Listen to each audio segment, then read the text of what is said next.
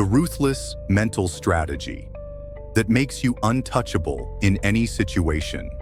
Right now, someone in your life is taking notes, not with a pen, with their memory. They're cataloging your reactions, filing away your triggers, mapping your insecurities like a general studying enemy territory. You think you're having lunch with a friend. They're conducting reconnaissance. You think you're venting to a colleague. They're gathering ammunition.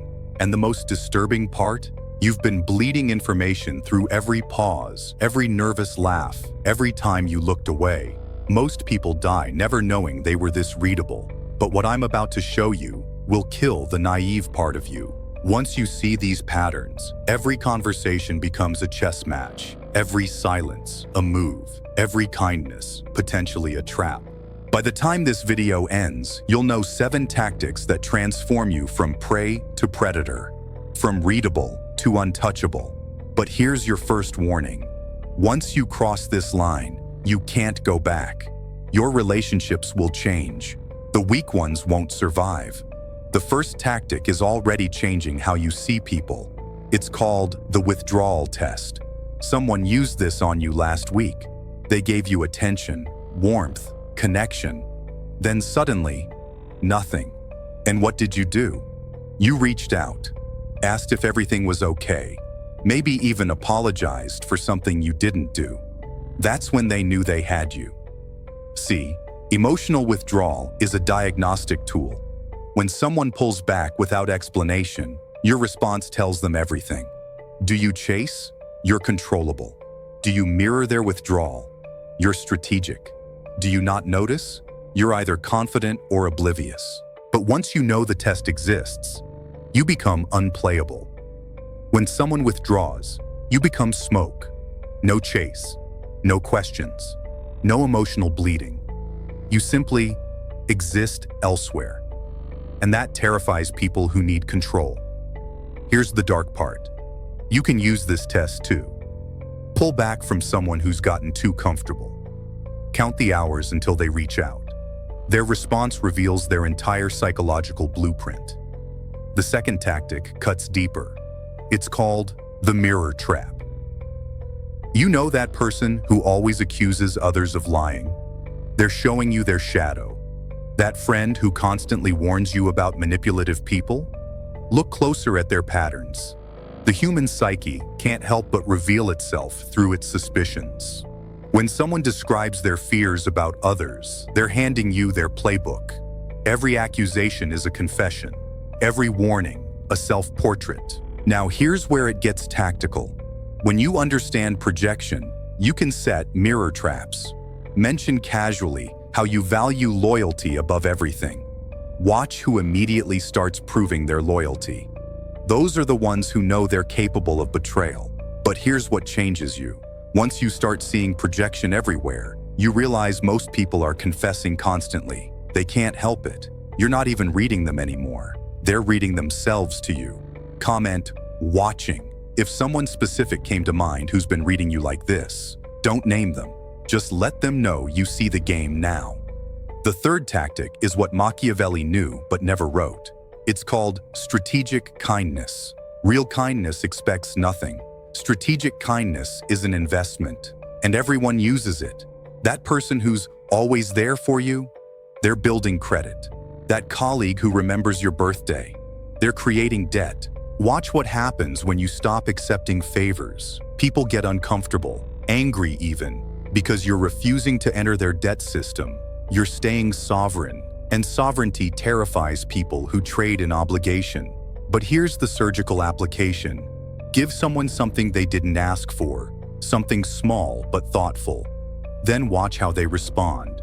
Do they immediately try to reciprocate? They're keeping score. Do they accept gracefully? They're either confident or entitled. Do they become uncomfortable? They understand the game and don't want to play. The fourth tactic will make you angry at yourself. It's called the silence blade. You've been bleeding words your whole life. Explaining yourself, justifying your choices, and every unnecessary word was intelligence you gave away for free. Here's what they don't teach you. Silence is a weapon most people can't handle. When you stop explaining yourself, people start explaining to you. They fill the void with their assumptions, their guilt, their fears. Your silence becomes a mirror that shows them themselves. Try this tomorrow. When someone asks why you made a decision, just look at them. Count 3 full seconds. Watch their face change. Most will start talking before you do. And what they say will tell you what they feared you'd say. But here's the master level. When others raise their voices, lower yours. When they speed up, slow down. Become the steady center that makes their chaos obvious. Because most people fear silence like death. But real power? Real power is being comfortable in the void. The 5th tactic transforms you from person to presence. It's called psychological gravity. Some people walk into a room and the energy shifts. They don't chase attention. They attract it. They don't seek approval. They grant it. Here's the secret. Most people are planets trying to be suns. But the truly powerful? They create gravity. They let others orbit around them. You create this gravity through calculated absence. Show up late by exactly 5 minutes. Leave conversations at their peak, not their end. Make your presence felt through strategic gaps. Because humans value what's scarce. And if you're always available, you're never valuable. But warning, this tactic changes you at a cellular level. Once you feel the power of making others come to you, you can't go back to chasing. You'll feel the difference between desperate energy and magnetic energy. And desperate energy will start to disgust you. That feeling in your chest right now, that's your old self dying. If you want to complete this transformation, subscribe now. Because next week, I'm revealing the tactic that makes this one look kind. The 6th tactic is where you start becoming someone different, someone colder. It's called emotional assassination. Not killing emotions, killing their power over you. See, most people are controlled through their feelings. Make them angry, they react. Make them sad, they comply. But what happens when someone can't read your emotional state? They panic. The moment you can watch your emotions without becoming them, you become untouchable. Not emotionless, that's weakness. But emotionally sovereign, feeling everything, showing nothing. Here's how you practice. Next time someone tries to trigger you, imagine you're watching the scene from above. See yourself, see them, see the game they're playing. Feel the emotion, but don't let it drive. You're not suppressing, you're choosing. And choice is power, the hardest part. This kills the part of you that bonds through emotional bleeding. Those friendships built on mutual venting. Those relationships that thrive on drama, they'll die. Because you're no longer food for emotional vampires. The 7th and final tactic will complete your transformation. It's called the ghost protocol. Some people need to be disappeared from your life. Not with drama, not with explanation, but with the surgical precision of someone who never existed. Because the opposite of love isn't hate, it's invisibility. Here's what most people don't understand. Every goodbye is a gift. Every explanation is energy. But when you ghost correctly, you take everything with you. The closure, the understanding, the story. You leave them with nothing but questions. This is the ultimate power move because it denies them narrative control. They can't tell people what happened because they don't know. They can't process the ending because there wasn't one. They exist in limbo, haunted by your absence. But here's the price. To ghost effectively, you must kill the part of you that needs to be understood. That wants to be seen as good. That fears being the villain in someone's story. Because sometimes being the villain in their story means being the hero in yours. Comment untouchable if you're ready to practice this tomorrow. But warning, once you use it, there's no going back to being readable. Now let me tell you something that will haunt you. Everything I've taught you, someone's already using it on you. Right now. While you've been learning to see the game, someone's been playing it. While you've been discovering these patterns, someone's been perfecting them. The question isn't whether you'll use these tactics. You already are. Everyone is. The question is whether you'll use them consciously or remain an unconscious player in a game you don't understand. Here's what's going to happen next. Tomorrow, you'll see these patterns everywhere. In your morning coffee conversation, in your text messages, in your mirror, you'll recognize the withdrawal tests, feel the strategic kindness, notice the silence blades, and you'll have a choice. Stay readable and comfortable, or become untouchable and free. But here's the final pill. Power isn't the ability to control others. It's the ability to be uncontrollable. Not cruel, but sovereign. Not heartless, but boundaried. Not evil, but awake.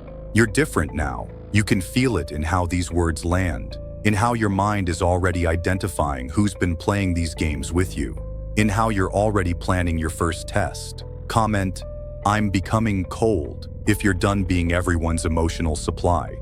Let's see who's really ready to transform. The old you would have worried about being seen as manipulative. The new you understands that everyone manipulates. Most just do it unconsciously. The old you would have felt guilty about these tactics. The new you realizes guilt is how they control you. You can't unlearn what you now know. Every interaction is different now. Every kindness is suspect. Every withdrawal is a test. Every silence is a weapon. You've graduated from the school of social naivety. But remember, with this knowledge comes isolation. The more you see, the less you can pretend. The more you understand, the less you can connect. Because truth is a lonely throne.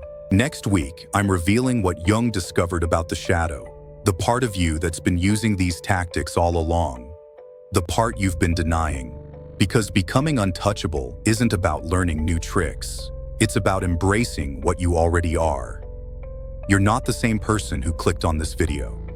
That person was readable, controllable, naive. That person is dead. What remains is someone who sees the strings, someone who cut their own, someone they should fear. Subscribe. Not because I told you to, but because you know what you're becoming, and you want to see how deep this really goes. Remember, you chose this. You chose to see. You chose to know. You chose to become what most people fear. Now go practice. Your transformation starts with the next conversation. Make them wonder what changed. Make them feel the shift. Make them realize the person they thought they knew no longer exists. You're not playing the game anymore. You're becoming it. Welcome to the other side.